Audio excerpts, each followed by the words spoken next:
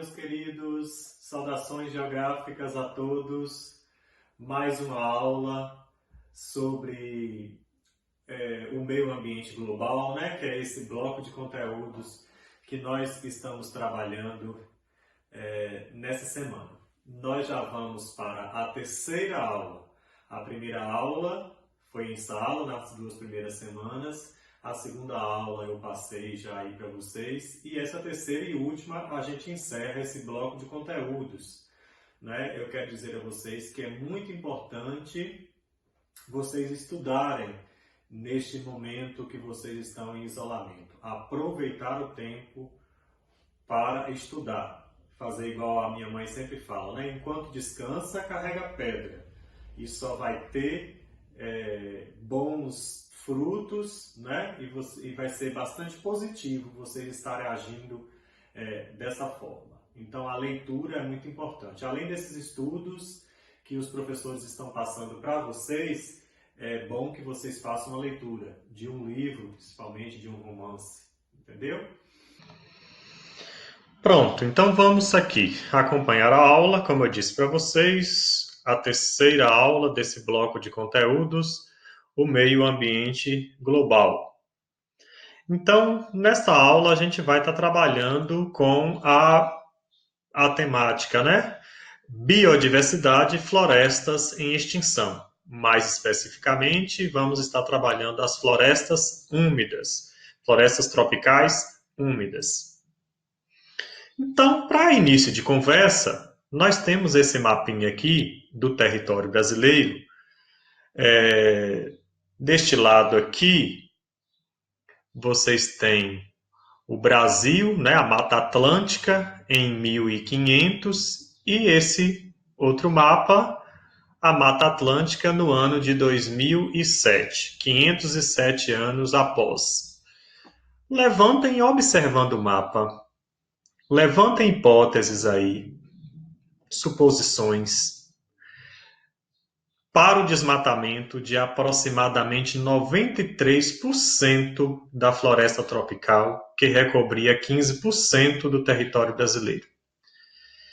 Então, se vocês observarem aí, ó, foram destruídos 93% da floresta. Vou pegar aqui o meu laser, né? O laser que eu gosto de usar na sala. Quem foram meus alunos aí no início da minha carreira, os pais de vocês aí, o pai de Geislana, a mãe de Geislana, do segundo ano A, era uma anteninha de rádio que eu apontava lá no quadro, no esquema que eu fazia no quadro ou no retroprojetor. Eugênia, a mãe de Robert, pois vocês perguntam a elas aí, que era assim, era uma anteninha que eu apontava para os mapas e para o retroprojetor, transparência. Deixa eu ver, Iana, a mãe de Ana Clara, do segundo A matutino. Esse povo aí que foram meus alunos, certo? Não estou lembrando mais aqui de pais de vocês que já foram meus alunos, não. Mas era uma anteninha de rádio, uma anteninha velha de rádio que eu apontava. Mas hoje a coisa está moderna, né? É esse laser aqui mesmo. Voltando à aula aqui, sobre a Mata Atlântica brasileira, né? O que levou essa destruição da Mata Atlântica brasileira? Vamos pensar um pouco? Vocês podem perceber que ao longo desses 507 anos, o que aconteceu? Houve a evolução urbana, houve o desmatamento para a agricultura comercial, né? A chamada monocultura. Houve um crescimento exagerado da indústria que fez, de certa forma, contribuir com o desmatamento, pastagens para a criação de gado. Principalmente nesse litoral foram as cidades, né? O desenvolvimento das cidades, as grandes capitais dos estados brasileiros, elas estão aqui mais ou menos nessa região em que está essa mancha de Mata Atlântica, onde vocês podem perceber que no mapa de 2007 vai haver aí ficou rarefeita demais, né? a mancha verde aí que correspondia à Mata Atlântica, que é uma floresta tropical úmida. Então vamos em frente. Vocês podem pegar o livro aí na página, da página 24 até a página 28. Essa aula ela será entre essas páginas aí, da página 24 do livro de vocês até a página 28. Então, nas últimas décadas, o desmatamento para a exploração da madeira ou a produção energética e a substituição da mata por pastos e culturas agrícolas reduziram consideravelmente as áreas florestadas.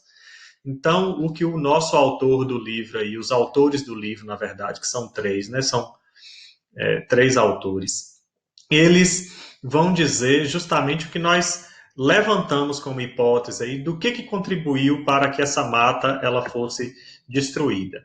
Então, a retirada predatória das madeiras selecionadas provoca danos irreparáveis às florestas, além de reduzir a biodiversidade da fauna e da flora. Biodiversidade significa uma diversidade de vidas, vida animal e vida vegetal que está ali na floresta, agindo de forma interligada, né, produzindo aí esse ambiente equilibrado, né? Então a biodiversidade é a diversidade de vida existente aí. Então, pastagens extensivas ou monoculturas em grandes fazendas substituem a cobertura vegetal original. Então, Terra Araújo e Guimarães, aí na página 24 do livro de vocês, eles vão estar descrevendo isso para nos mostrar aí um panorama ligado à questão da destruição das florestas, principalmente aqui no Brasil, mas os outros países que estão na região tropical, que apresentam florestas úmidas tropicais, também passaram por esse mesmo processo, né? O processo de ocupação humana, de evolução urbana, que vem contribuir a evolução urbana, a evolução da produção agrícola, né, em larga escala. O agronegócio, né, tem contribuído para a destruição da floresta, aí, substituindo por campos agrícolas, grandes fazendas monocultoras de produção de grãos, principalmente. Aqui no Brasil, a soja, né, tem expandido por todo o território brasileiro, a produção de soja. Antes era a cana-de-açúcar, que ainda permanece no Sudeste, mas no litoral todinho a cana-de-açúcar contribuiu, o litoral nordestino. Né? Depois também o café, né? O algodão, agora a soja, tem contribuído para a destruição dessas florestas. Aqui vou passar minha imagenzinha para cima um pouquinho. Aqui nesta imagem, vocês podem perceber aí, é um trecho da floresta amazônica que está sendo desmatada, já tem campos agrícolas por ali, ou pastagem, acho que aqui mais é pastagem para o gado, e aqui, ó, uma área todinha sendo destruída, sendo desmatada, na verdade, não é destruída, é desmatada, porque a área ela vai ficar aqui para ser ocupada com outra atividade, né? Então, o desmatamento de trechos da floresta amazônica para a plantação da soja, principalmente, a criação do gado bovino, tem contribuído para o desflorestamento, né? Então, o desflorestamento é bom, né? Eu vejo muitos alunos escrevendo nas provas, nos exercícios, desmatação, né? Eu acho que não está errado, mas a gente fala tanto em desflorestamento e desmatamento e as pessoas escrevem desmatação. Eu acho um pouquinho esquisito, mas eu acredito que não esteja errado também. A mensagem vai correta. Então vamos ver aqui as florestas tropicais. Quem são as florestas tropicais? As florestas tropicais, elas são biomas com maior produtividade e variedade de espécies do planeta. Então, o clima tropical é um clima que apresenta uma diversidade de espécies, tanto animal quanto vegetal, maior do que as outras florestas, as florestas temperadas, boreais, né? São chamadas de floresta também pluvial tropical, pluvial né, é que vem da chuva, lugares que chovem bastante, floresta pluvial tropical ou floresta úmida, em virtude do elevado índice pluviométrico das regiões que se concentram essas florestas. Pluviométrico vem também de queda de chuva, índice pluviométrico é índice de chuva. Se tem índice pluviométrico alto, significa que chove bastante, certo, pessoal? Estão localizadas entre os trópicos de Câncer e os trópicos de Capricórnio, como vocês podem observar aqui. Vou subir minha imagem mais um pouquinho para cima. Como vocês podem observar aqui, ó, nesse lado aqui, eu coloquei um globinho, um globo terrestre, com as zonas térmicas, as zonas climáticas da Terra. Então, a zona tropical ou intertropical é essa amarelinha aqui do centro. É onde estão essas manchas aqui verdes no mapa. Essa área aqui, ó, esse mapa é o mapa da distribuição das florestas tropicais pelo mundo todo. Então, não é só o Brasil que tem floresta tropical. Nós temos os países aqui da América do Sul também, ó, Venezuela, Equador, Peru, Bolívia, né? As Guianas, Suriname, Colômbia, tudo tem floresta tropical. Aqui também na África, essa manchinha aqui, verde aqui do continente africano, também é floresta tropical. Olha a ilha de Madagascar, ó, vocês já viram lá o filmezinho, Madagascar? Olha aqui, vocês veem que lá no Madagascar acontece numa floresta, uma floresta tropical, com uma diversidade muito grande de animais e vegetais. Uma boa diversão aí para vocês assistirem, né? Madagascar. E aqui nós temos, aqui no Sudeste Asiático também, no Sudeste Asiático, nós temos a floresta tropical, certinho? Então vamos dar continuidade. Aqui vocês se situaram geograficamente no mapa aí onde ficam as florestas tropicais. Vamos ver aqui a distribuição das florestas tropicais. Durante o século passado, uma grande parte das florestas tropicais elas foram destruídas, não é? Esse patrimônio ele continua desaparecendo a uma velocidade de 2.000 árvores por minuto, gente. O tempo não para e isso é real. Está acontecendo desmatamento das florestas. Em países subdesenvolvidos e em clima predominantemente tropical, a extração da madeira, especiarias e a produção latifundiária têm sido os principais aspectos contribuidores do desmatamento, do desflorestamento, destruindo essas florestas, né? No Brasil, o agronegócio, ou seja, o negócio agropecuário, a pecuária e a agricultura destinada ao comércio e à urbanização são os principais vetores de devastação das florestas, certo, gente? Então, nessas imagens aqui, vocês estão vendo a realidade do que acontece nas florestas tropicais, não é? Aqui no Brasil, nós temos a Mata Atlântica, nós temos a floresta amazônica, que são as florestas úmidas tropicais. Mas existem outras matas tropicais também, né? Se a gente olhar aqui na nossa região, a Caatinga é de clima, é de região tropical, não é? O Cerrado é de região tropical. Então, aqui nós temos, ó, a exploração madeireira, tá vendo aqui embaixo? Ó? Olha para vocês verem, que tristeza isso daqui.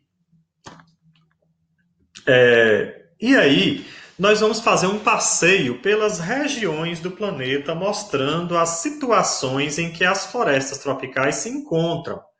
A asa de monções, não sei se vocês já ouviram falar nisso, mas a gente vai dar uma pincelada rapidinho aqui. Foi o ano passado que trabalho esse conteúdo, ficou meio capenga lá no final da unidade, né, a falta do tempo.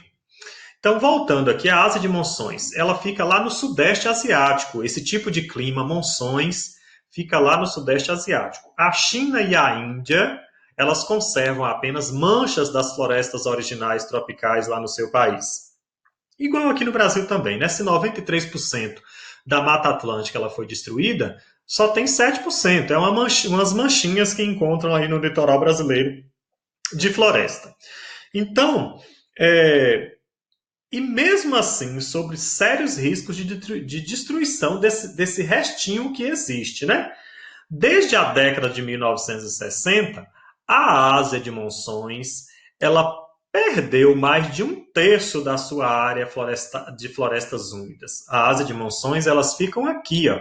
Se vocês olharem aqui, a Ásia de Monções, tá vendo? Quais são os países? Nós temos China, nós temos Índia, ó, Tailândia, Vietnã, Camboja, Malásia, ó, Singapura, Brunei.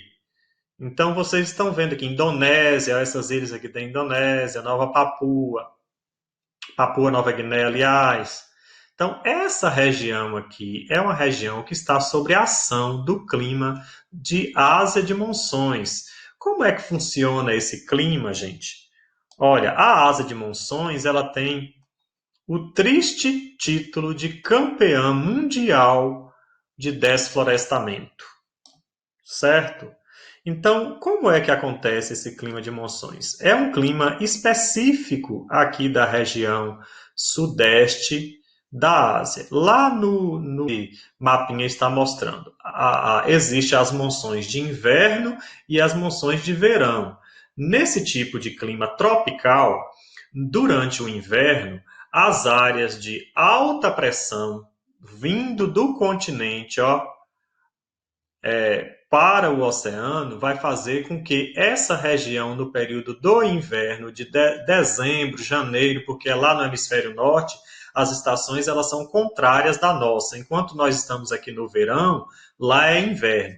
Então, aqui, dezembro e janeiro, está vivendo o inverno lá. O inverno, o tempo é seco. Então, quando fala área de alta pressão, é porque o ar é frio, então desce, é mais pesado, por isso que é chamado de alta pressão. Então, esse ar pesado desce dos continentes, empurrando essa massa de ar para o oceano. Então, é um mar seco. Então, é na época da seca, né? Já no verão, que lá é entre os meses de julho e agosto, aqui nós estamos vivendo o inverno nesse período, aqui no sul, no hemisfério sul, lá no hemisfério norte nós estamos vivendo o verão, e lá eles estão vivendo o verão. Verão uma estação em que há baixa pressão atmosférica, né? Olha aí a noção de climatologia, isso aqui é climatologia, que vocês viram lá no primeiro ano. Acho que foram poucas as coisas que eu falei de climatologia lá o ano passado. Olha, então no verão vai acontecer a baixa pressão atmosférica, ou seja, o ar ele está quente, ele evapora, ó, fica de baixa pressão, né? Quando está muito quente, não sei se vocês já perceberam, se vocês olham, se estiver numa estrada, numa rua, aí vocês olham, tá tremendo assim o ar, porque o ar está subindo com mais intensidade e velocidade. Então o ar ele fica leve, né? Ele fica leve. Então, nesse período aí, o ar, a baixa pressão, ou seja, a evaporação da água dos oceanos aqui, ó, o Oceano Índico, vai empurrar essa massa de ar úmida e quente para o interior dos continentes. E aí vem esse período de chuva, é o período em que eles vão fazer o que? Eles vão utilizar muito esse espaço para o plantio, para a agricultura. E mais caracteristicamente nessa região da China, a risicultura, que é a cultura do arroz. Chove muito nesse período, né? Então, assim, muitas cidades elas passam, igual aqui no Brasil mesmo, nesse período aí, por inundações, porque muitas cidades também, tanto da Índia quanto da China, encontram-se inseridos em bolsões de pobreza, também com bairros periféricos pobres, e acaba acontecendo deslizamentos, enchentes, as pessoas sofrendo com isso daí. Então, a Ásia de Monções, ela caracteriza por essa dinâmica climática aí, ligada à questão do clima tropical, ok? Então, neste período, vocês estão vendo aqui nessa imagem, ó, ela está aí na página 25 do livro de vocês, essas áreas o verde mais forte são as florestas originais remanescentes, que ainda estão aí presentes no espaço. Já as verdinhas claras são as florestas já devastadas. Eram áreas de florestas, mas que hoje já são destruídas. Então, como seria no vestibular que cai no vestibular, né? Esse tipo de conteúdo. Então, como cairia no vestibular? Aqui nós temos uma prova da Universidade Estadual do Rio Grande do Norte, da Estadual do Rio Grande do Norte. Como é que ela caiu aí? Ó? As figuras a seguir representam tipos climáticos predominantes no sul e sudeste asiático. As imagens retratam monções de... Olha aí, aquele mapinha que eu já tinha trabalhado na aula aí com vocês. Aqui nós temos a legenda. Direção dos ventos aqui, nessa primeira. A direção dos ventos, ó, do continente para o oceano. Que tipo de monção? Aqui nós temos ó, a direção dos ventos, as setinhas azuis do oceano para o continente, né? Do continente para o oceano, há seco, alta pressão, tempo de seca. Já do oceano para o continente, a gente já sabe, é a área de baixa pressão, muita evaporação, então o ar úmido vai para cá. Então, qual será aqui inverno e verão? Vamos explorar a imagem. Vamos ver o que pede. As imagens retratam monções de verão, chuvosa, essa daqui, e de inverno seca, essa daqui. Será? Verão seca, essa daqui, e de inverno chuvosa, essa daqui. A C, inverno chuvosa, está aqui, e de verão seca, está aqui. Inverno seca, a daqui, e verão chuvosa, a daqui. Qual a alternativa diante dessa explanação rapidinha, resumida, que eu recomendo que vocês vão lá na internet e procurem assim, ó, Ásia de monções, clima de monções, e façam uma leitura para poder vocês se apoderarem mais desse conhecimento, né? Vocês adquirem isso daí, passa para trás. Vamos buscar completar o nosso cronograma de estudo aí para poder a gente aprender mais conteúdos. Então vocês vão lá e procurem no Google, né? Clima de monções. Então qual é a alternativa correta? Gente, a alternativa correta é a letra D, ó. Inverno seca, que é essa parte daqui, e verão chuvosa, que é essa parte daqui, diante da explicação que eu acabei de dizer para vocês no slide anterior, certo? Então vamos ver um pouquinho, nós vimos sobre a Ásia, as florestas tropicais úmidas na Ásia. Vamos ver as florestas tropicais úmidas na África. Na África Ocidental, mais de 90% das florestas originais desapareceram, tá vendo? Não é diferente em outro continente. Esse ecossistema, ele foi parcialmente preservado na África por causa da precariedade da infraestrutura de transporte. Se vocês olharem na página do livro de vocês aí, ó, essa parte aí, essa parte que fala da floresta tropical na África, vai dizer que nos países aí, ó, Gana, Costa do Marfim, certo? Esses países, eles muitos ainda continuam um pouco preservados a floresta, porque a infraestrutura de transporte na África é precária, então, nessa região aí. Então, a dificuldade de escoamento dessa madeira que desmata é muito difícil de sair dali. Então, por isso ainda freia um pouco o índice de desmatamento nessa região. Olha aí, o mapa do continente africano, né? Então, a floresta tropical está nessa região aqui, ó. O processo de urbanização contribuiu para o aumento da devastação, despovoando as áreas rurais e aumentando as áreas urbanas aqui na África. O continente africano é o continente menos urbano do mundo, né?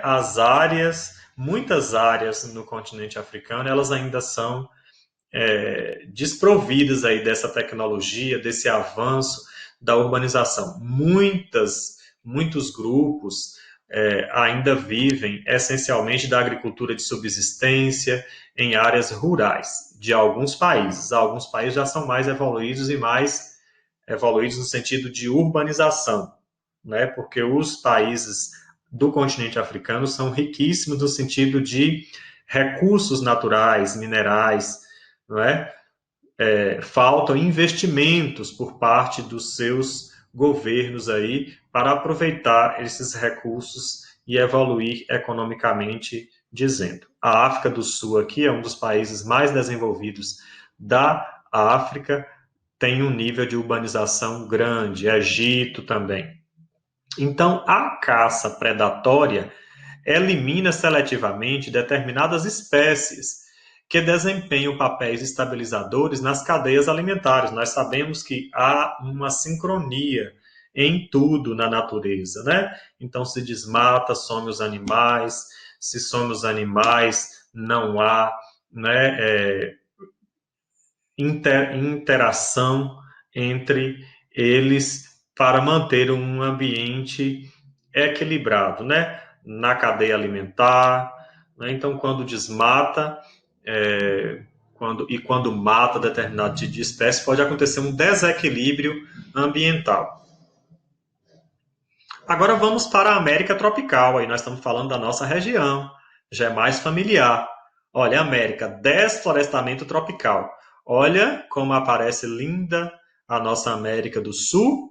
Olha aqui o Brasil, olha a mancha de floresta úmida aqui, centrando na Amazônia, e aqui, coitadinho, só uns remanescentes de Mata Atlântica, ó, que é outro tipo de floresta tropical úmida que temos. Então, gente, o desflorestamento, ele eliminou grandes trechos de florestas centro-americanas e caribenhas e a Mata Atlântica brasileira.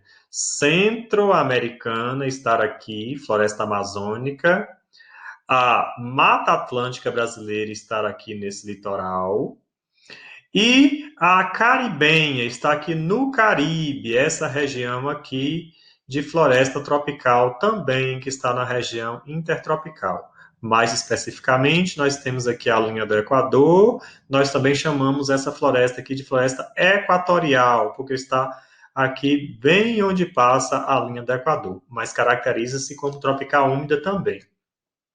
A América tropical ainda é recoberta por cerca de 4,4 milhões de quilômetros quadrados de florestas originais.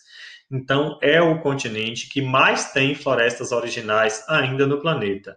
Um desafio muito grande agora é preservar esta floresta, né? O Brasil é o país com maior área coberta de florestas originais do mundo, certo? O ano passado nós vimos aí tristes realidades de um avanço, estatisticamente falando, no processo de desmatamento da floresta amazônica.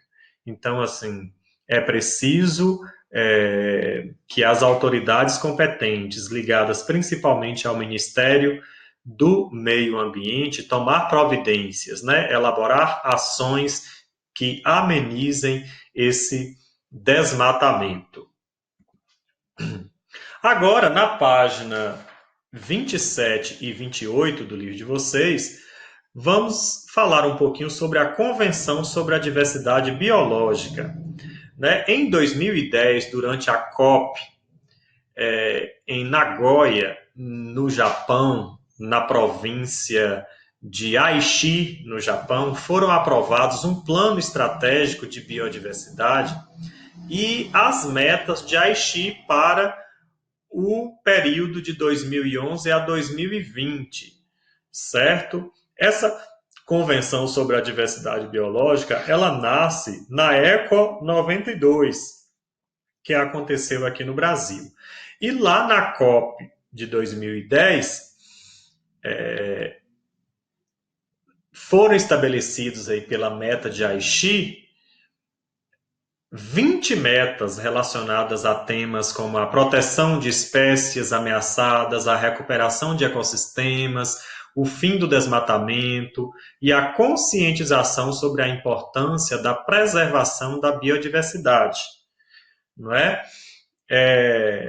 Em 2014, e aí estabeleceu para quê? Para que isso acontecesse, essas providências todas fossem tomadas para atingir essas metas, entre os anos de 2011 e 2020 que nós estamos vivendo agora. Olha quanta coisa foram elaboradas Quantas coisas foram elaboradas para que nesse período até 2020 acontecesse, né? Aí a ONU ela estava de certa forma correta, né? A ONU já preocupada com o não cumprimento dessas metas, ela constatou o fracasso do cumprimento delas em 2014 e vai acontecer várias outras reuniões para reforçar os países a estabelecerem metas, trabalharem em cima dessas metas para serem cumpridas.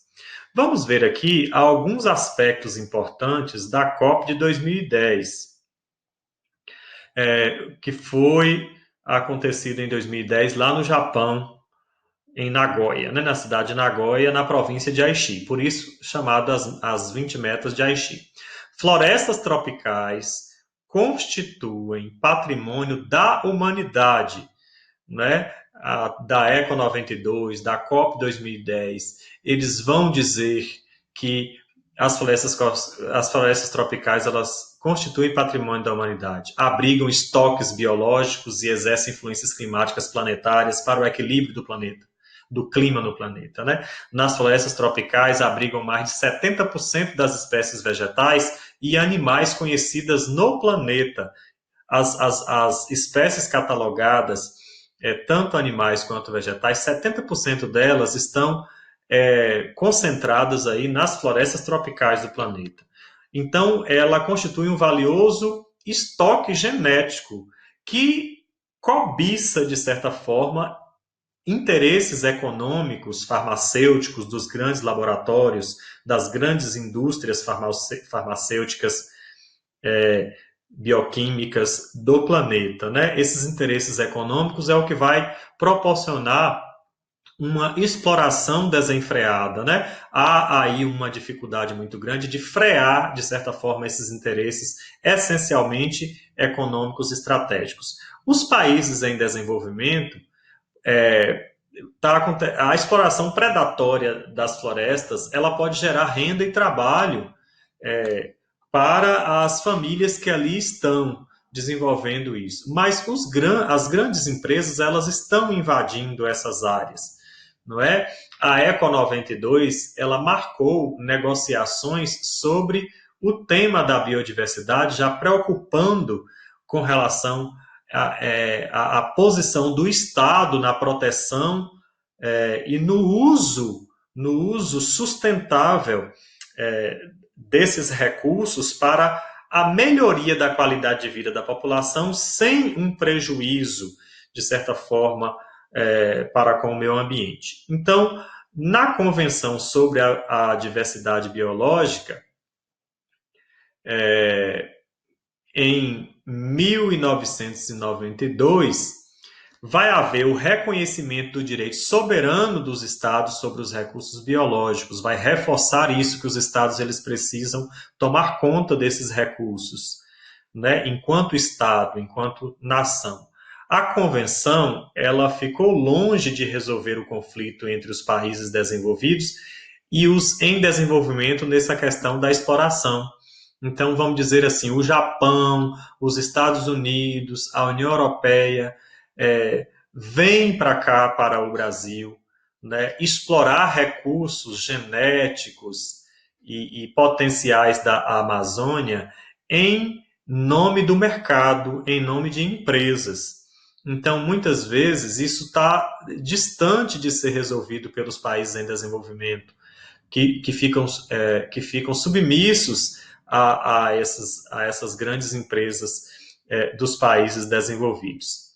Não é? O documento final estabelecido na Convenção em 1992, o documento final não faz referência ao sistema de patentes que garanta o monopólio das descobertas científicas pelos países desenvolvidos.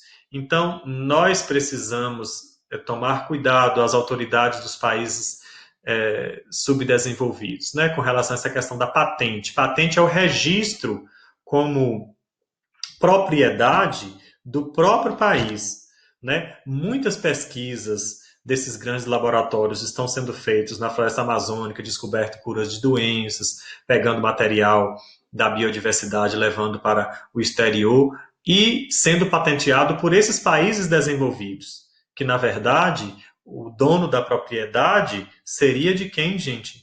Dos países em desenvolvimento, e principalmente o Brasil, não é? Não protege os países que abrigam material genético bruto, pesquisado, né?